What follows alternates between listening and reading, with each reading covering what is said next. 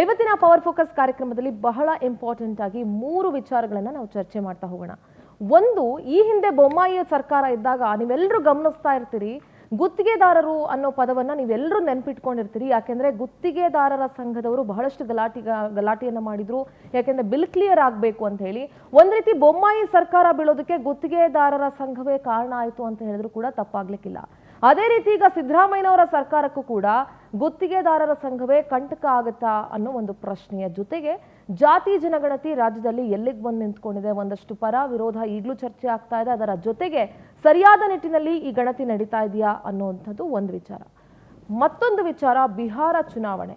ಈ ಇಂಡಿ ಒಕ್ಕೂಟ ಏನಿದೆ ಅಷ್ಟೊಂದೆಲ್ಲ ಹಾರಾಟ ಚೀರಾಟ ಎಲ್ಲವನ್ನ ನಡೆಸಿ ಇನ್ನೇನು ಚುನಾವಣೆ ಹತ್ರ ಇದೆ, ಚುನಾವಣೆಗೆ ಹೋಗಬೇಕು ಅಂತ ಇದ್ದಾಗಲೇ ಬಿಹಾರದಲ್ಲಿ ಕಾಂಗ್ರೆಸ್ ಮತ್ತು RJD ಸೀಟು ಹಂಚಿಕೆಯ ತಿಕ್ಕಾಟದಲ್ಲಿದ್ದಾರೆ. ಇದೆಲ್ಲದರ ಬಗ್ಗೆ ಇವತ್ತಿನ ಪವರ್ ಫೋಕಸ್ ನಲ್ಲಿ ನಾನು ಚರ್ಚೆ ಮಾಡ್ತಾ ಹೋಗ್ತೀನಿ. ಅದಕ್ಕೂ ಮುನ್ನ ಪವರ್ ಟಿವಿಯ ಮುಖ್ಯಸ್ಥರು ರಾಕೇಶ್ ಶೆಟ್ಟಿ ಸರ್ ನಾವು ಬರಮಾಡ್ಕೊಳ್ತೀನಿ.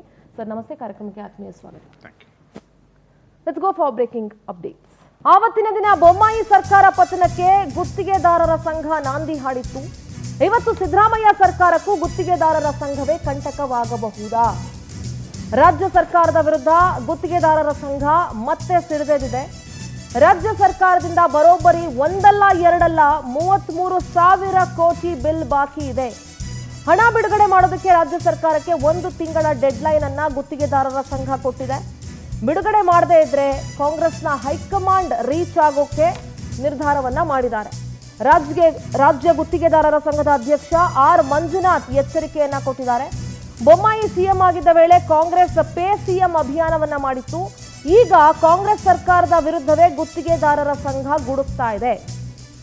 ಸರ್ಕಾರ ಯಾವುದಿದ್ರೆ ಏನು, ಅವರ ಬಿಲ್ ಕ್ಲಿಯರ್ ಆಗಬೇಕು ಅನ್ನೋದಷ್ಟೇ ಇಲ್ಲಿ ವಿಚಾರ. 33,000 ಕೋಟಿ ಬಿಲ್ ಬಾಕಿ ಇದೆ. ಈ ಹಿಂದೆ ಸರ್ಕಾರ ರಚನೆಯಾದಂಥ ಆರಂಭದ ದಿನಗಳಲ್ಲೂ ಕೂಡ ಗುತ್ತಿಗೆದಾರರ ಸಂಘದವರು DCM ಅನ್ನ ಮೀಟ್ ಮಾಡಿ CM ಅನ್ನ ಮೀಟ್ ಮಾಡಿ ಅವರ ಜೊತೆಗೂ ಕೂಡ ಚರ್ಚೆಯನ್ನ ಮಾಡಿದ್ರು. ಈಗ 1 ತಿಂಗಳ ಡೆಡ್ಲೈನ್ ಕೊಟ್ಟಿದ್ದಾರೆ. 1 ತಿಂಗಳ ಒಳಗಾಗಿ ಬಿಲ್ ಕ್ಲಿಯರ್ ಮಾಡದೇ ಇದ್ರೆ ಹೈಕಮಾಂಡ್ ಮೊರೆ ಹೋಗ್ಬೇಕಾಗತ್ತೆ ಅಂತ ಹೇಳಿ ಏನ್ ಮಾತನಾಡಿದ್ರು ಅಧ್ಯಕ್ಷ R ಮಂಜುನಾಥ್, ಕೇಳಿಸ್ಕೋಣ. ನಾವು ಸುಮಾರು 5-6 ಸರಿ ಮುಖ್ಯಮಂತ್ರಿಗಳು ಭೇಟಿ ಮಾಡಿದಾಗ್ಲೂ ಕೂಡ ಆಯ್ತರಯ್ಯ ಮಾಡೋಣ ಅಂತ ಏಪ್ರಿಲ್ ಅಲ್ಲಿ ಪ್ರಾಮಿಸ್ ಮಾಡಿದ್ರು. ಆಮೇಲೆ ಏಪ್ರಿಲ್ ಆದ್ಮೇಲೆ ಕೊನೆಗೆ ಇನ್ನೊಂದ್ಸರಿ ಭೇಟಿ ಮಾಡಿದ್ವಿ. ಆಯ್ತಪ್ಪ ಏನೋ ಒಂದು ಯೋಚನೆ ಮಾಡ್ತಿದ್ವಿ, ಮಾಡೋಣ ಅಂತ ಹೇಳಿದ್ರು. ಅದ ನಂತರ ನಾವೇನ್ ಗೊತ್ತಾ, ಕನ್ಸರ್ನ್ ಮಿನಿಸ್ಟರ್ಗಳು ಒಬ್ಬೊಬ್ಬ ಮಿನಿಸ್ಟರ್ಗಳನ್ನ 3 ಸರಿ ಭೇಟಿ ಮಾಡಿದೀವಿ, ತಮಗೂ ಗೊತ್ತಿದೆ. ಆಮೇಲೆ ನಿಮ್ ಸಹಕಾರ ಮೊದಲನೇದಾಗಿ ಬಹಳ ಮುಖ್ಯ. ಇವತ್ತೇನಾದ್ರು ನಮ್ಗೇನಾದ್ರು ಪ್ರಾಬ್ಲಮ್ ಸಾಲ್ವ್ ಮಾಡ್ಕೋಬೇಕು ಅಂದ್ರೆ ತಾವು ಅನ್ಯತಾ ಭಾವಿಸಬಾರ್ದು. ನಿಮ್ಮ ಸಹಕಾರ ಮನಸ್ಫೂರ್ತಿಯಾಗಿ ನಮ್ಮ ಜೊತೆಗೆ ನೀವು ಇರಿದ್ರೆ ಎಲ್ಲಿವರೆಗೂ ಇರ್ತೀರೋ ಅಲ್ಲಿವರೆಗೂ ನಾವು ಕಾಂಟ್ರಾಕ್ಟರ್ಗಳು ಸೇಫ್ ಆಗಿರ್ತೀವಿ ಅಂತ ಹೇಳಿ ನಾನು ಭಾವಿಸ್ತಾ ಇದ್ದೀನಿ. ಹಾಗೆ ಮೊದಲನೇದಾಗಿ ಹಿಂಗೆ ಬಂದ್ರೆ 33,000 ಕೋಟಿ ಯಾವ್ಯಾವ ಇದೆ ಅಂದ್ರೆ, ನಮ್ಮ PWD ಇಲಾಖೆನಲ್ಲಿ 9,000 ಕೋಟಿ ಬಾಕಿ ಇದೆ. PWD ಇಲಾಖೆ ನಮಗೂ ಮೊದಲು ಸಮಸ್ಯೆ ಇತ್ತು. ಆಮೇಲೆ ಒಬ್ರಿಗೆ ಕುತ್ಕೊಂಡು ಚರ್ಚೆ ಮಾಡಿದಂತ ಸಂದರ್ಭದಲ್ಲಿ ಇವತ್ತು ಒನ್ ಅಮಾಂಗ್ ದಿ 8 ಇಲಾಖೆಗಳಲ್ಲಿ PWD one is the best. ನಾವು ಸುಮಾರು 5-6 ಸರಿ ಮುಖ್ಯಮಂತ್ರಿಗಳು ಭೇಟಿ ಮಾಡಿದಾಗ್ಲೂ ಕೂಡ ಆಯ್ತರಯ್ಯ ಮಾಡೋಣ. ಹಾಗಾದ್ರೆ 33,000 ಕೋಟಿ ಅಂತಂದ್ರೆ ಯಾವ್ಯಾವ ಇಲಾಖೆಯಲ್ಲಿ ಎಷ್ಟೆಷ್ಟು ಬಿಲ್ ಬಾಕಿ ಇದೆ ಅನ್ನೋದನ್ನ ಒಂದು ಸಣ್ಣ ಗ್ರಾಫಿಕ್ ಪ್ಲೇಟ್ ಇದೆ, ಅದ್ ನೋಡ್ಕೊಂಡು ಬಂದ್ಬೋಣ. ಅವಾಗ ಯಾವ್ಯಾವ ಇಲಾಖೆ ಎಷ್ಟೆಷ್ಟು ಬಾಕಿ ಉಳಿಸ್ಕೊಂಡಿದೆ ಅನ್ನೋದು ಗೊತ್ತಾಗುತ್ತೆ.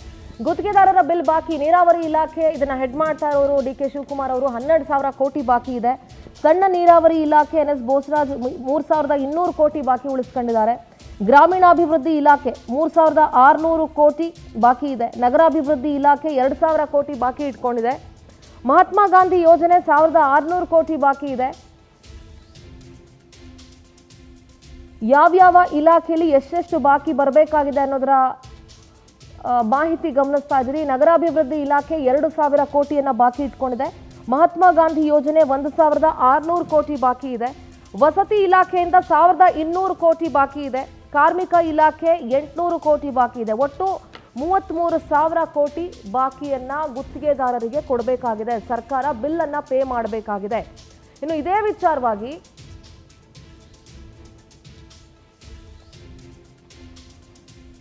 ವಿಚಾರವಾಗಿ ಮೈಸೂರಿನಲ್ಲಿ ಮುಖ್ಯಮಂತ್ರಿಗಳು ಕೂಡ ಪ್ರತಿಕ್ರಿಯೆ ಕೊಟ್ಟಿದ್ದಾರೆ. ಏನ್ ಮಾತಾಡಿದ್ರು? ಗುತ್ತಿಗೆದಾರರ ಸಂಘದ ಆರೋಪಕ್ಕೆ ಸಿಎಂ ಬಹಳ ತೀಕ್ಷ್ಣವಾಗಿ ಪ್ರತಿಕ್ರಿಯೆಯನ್ನ ಕೊಟ್ಟಿದ್ದಾರೆ. ಅವ್ರು ಬೇಕಾದ್ರೆ ಕಮಿಷನ್ ವಿಚಾರಕ್ಕೆ ಕೋರ್ಟ್ಗೆ ಹೋಗ್ಲಿ, ನಮ್ಮದೇನು ತಕರಾರಿಲ್ಲ ಅಂತ ಸಿಎಂ ಬಹಳ ತೀಕ್ಷ್ಣವಾಗಿ ಉತ್ತರ ಕೊಟ್ಟಿದ್ದಾರೆ. ಕಮಿಷನ್ ವಿಚಾರಕ್ಕೆ ಬೇಕಾದ್ರೆ ಕೋರ್ಟ್ಗೆ ಹೋಗ್ಲಿ, ನಮ್ದೇನು ತಕರಾರಿಲ್ಲ ಅಂತ ಮೈಸೂರಿನಲ್ಲಿ ಗುತ್ತಿಗೆದಾರರ ಡೆಡ್ಲೈನ್ ವಿಚಾರಕ್ಕೆ ಸಿಎಂ ಸಿದ್ದು ಕಿಡಿಕಾರಿದ್ರು. ಕೋರ್ಟ್ಗೆ ಹೋಗ್ಲಿ, ಏನಾದ್ರೂ ಮಾಡ್ಕೊಳ್ಳಿ, ನಮ್ದು ಏನೂ ತಕರಾರಿಲ್ಲ. ಅದಕ್ಕೆ ಮೈಸೂರಿನಲ್ಲಿ ಗುತ್ತಿಗೆದಾರರು ಕೊಟ್ಟಿರುವಂತಹ ಡೆಡ್ಲೈನ್ಗೆ ಸಿಎಂ ಸಿದ್ದು ಕಿಡಿಕಾರಿದ್ರು.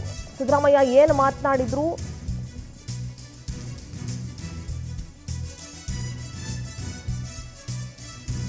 ಕೇವಲ ಸಿದ್ದರಾಮಯ್ಯನವ್ರು ಮಾತ್ರ ಅಲ್ಲ, ವಸತಿ ಇಲಾಖೆಯ ಉಸ್ತುವಾರಿ ವಹಿಸಿಕೊಂಡಿರುವಂತಹ ಜಮೀರ್ ಅಹಮದ್ ಅವರು ಕೂಡ ಮಾತನಾಡಿದ್ದಾರೆ.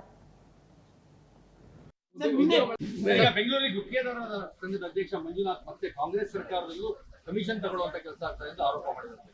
ಗುತ್ತಿಗೆದಾರರ ಹಂಗಂತ ಹೇಳಿ ಕೋರ್ಟ್ಗೆ ಹೋಗ್ಲಿ, ಕೋರ್ಟ್ಗೆ ಹೋಗ್ಲಿ. ಪದೇ ಪದೇ ಈ ರೀತಿ ಆರೋಪಗಳು ಮಾಡಿಸ್ತಾ ಇದ್ದಾರೆ. ಬೆಂಗಳೂರಿಗೆ ಗುತ್ತಿಗೆದಾರರ ಸಂಘದ ಅಧ್ಯಕ್ಷ ಮಂಜುನಾಥ್ ಮತ್ತೆ ಕಾಂಗ್ರೆಸ್ ಸರ್ಕಾರದಲ್ಲೂ ಕಮಿಷನ್ ತಗೊಳ್ಳುವಂತ ಕೆಲಸ ಆಗ್ತದೆ ಅಂತ ಆರೋಪ ಮಾಡಿದ್ದಾರೆ. ಗುತ್ತಿಗೆದಾರರ ಹಂಗಂತ ಹೇಳಿ ಕೋರ್ಟ್ಗೆ ಹೋಗ್ಲಿ, ಕೋರ್ಟ್ಗೆ ಹೋಗ್ಲಿ. ಪದೇ ಪದೇ ಈ ರೀತಿ ಆರೋಪಗಳು ಮಾಡಿಸ್ತಾ ಇದ್ದಾರೆ. ಕೇಳಬೇಕು, ಬೇರೆದೆಲ್ಲ ಬೇರೆ